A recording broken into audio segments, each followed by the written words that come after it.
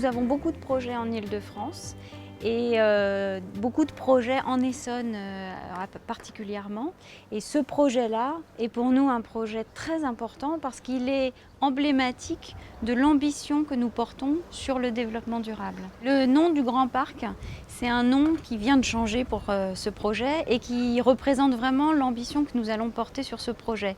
Nous étions auparavant dans l'idée de construire un quartier de logement, plus de 1500 logements, adossé à un parc de 15 hectares. Et donc nous avons rebrassé la manière de voir le projet en disant plutôt que d'adosser des logements à un parc, on va aménager un parc et on va mettre des logements à l'intérieur. Donc c'est vraiment un grand parc, 15 hectares de parc avec des allées, avec des espaces, avec des usages différenciés et puis des quartiers de logement qui viennent se glisser à l'intérieur du parc.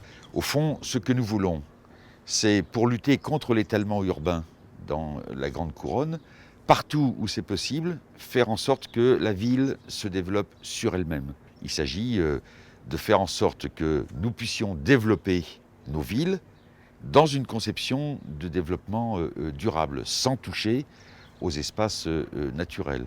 Et à l'intérieur de ces quartiers, de faire en sorte que ce soit la transition énergétique, les énergies renouvelables, la préservation des espaces. Le Grand Parc, au fond, signifie bien qu'il s'agit de construire des parcs autour desquels se développent des logements.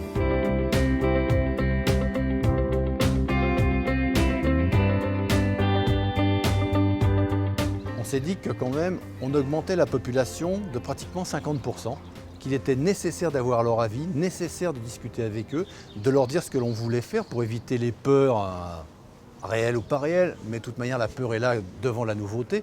Donc pour essayer de leur dire ce que l'on faisait réellement et aussi de les faire participer. Ce matin, les enfants des écoles ont participé aussi. Quand vous regardez les maquettes, c'est assez génial. Mais tout ça, on a besoin de le faire en concertation pour avoir leur avis et leur opinion.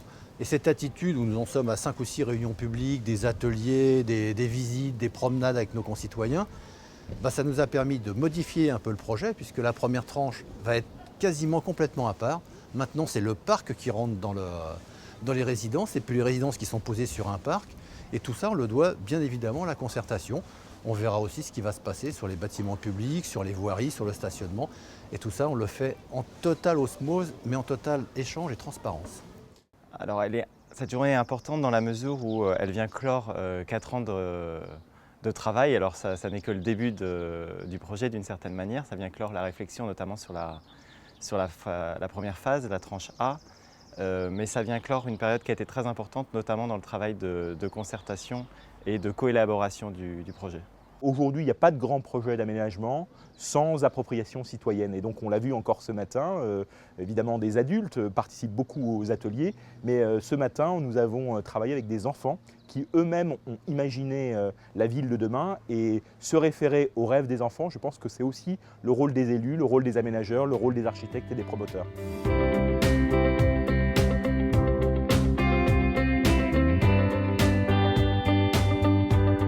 La charte, c'est la transposition concrète des objectifs et donc elle explique très précisément ce que chaque acteur s'engage à faire pour que le projet soit la concrétisation d'une ambition commune. Alors, la charte de développement durable, c'est un document cadre qui constitue une feuille de route pour le projet.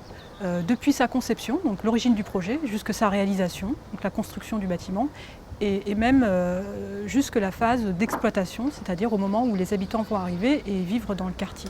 Alors, les engagements de la charte de développement durable du projet concernent un certain nombre de thématiques du développement durable et de l'environnement, la biodiversité, l'eau, l'énergie, les déchets, avec une part assez importante sur la question de l'espace public, la question des usages et la place de l'eau également dans le quartier.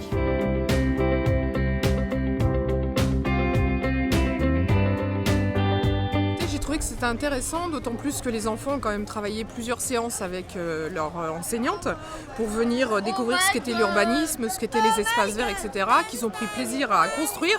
Je pense que c'est une belle récompense pour eux aussi de nous montrer ce qu'ils ont fait. Et je trouve que c'est drôlement intéressant de reconnaître des idées des enfants et de les mettre en pratique aussi. que c'est par les enfants qu'on peut faire avancer le monde.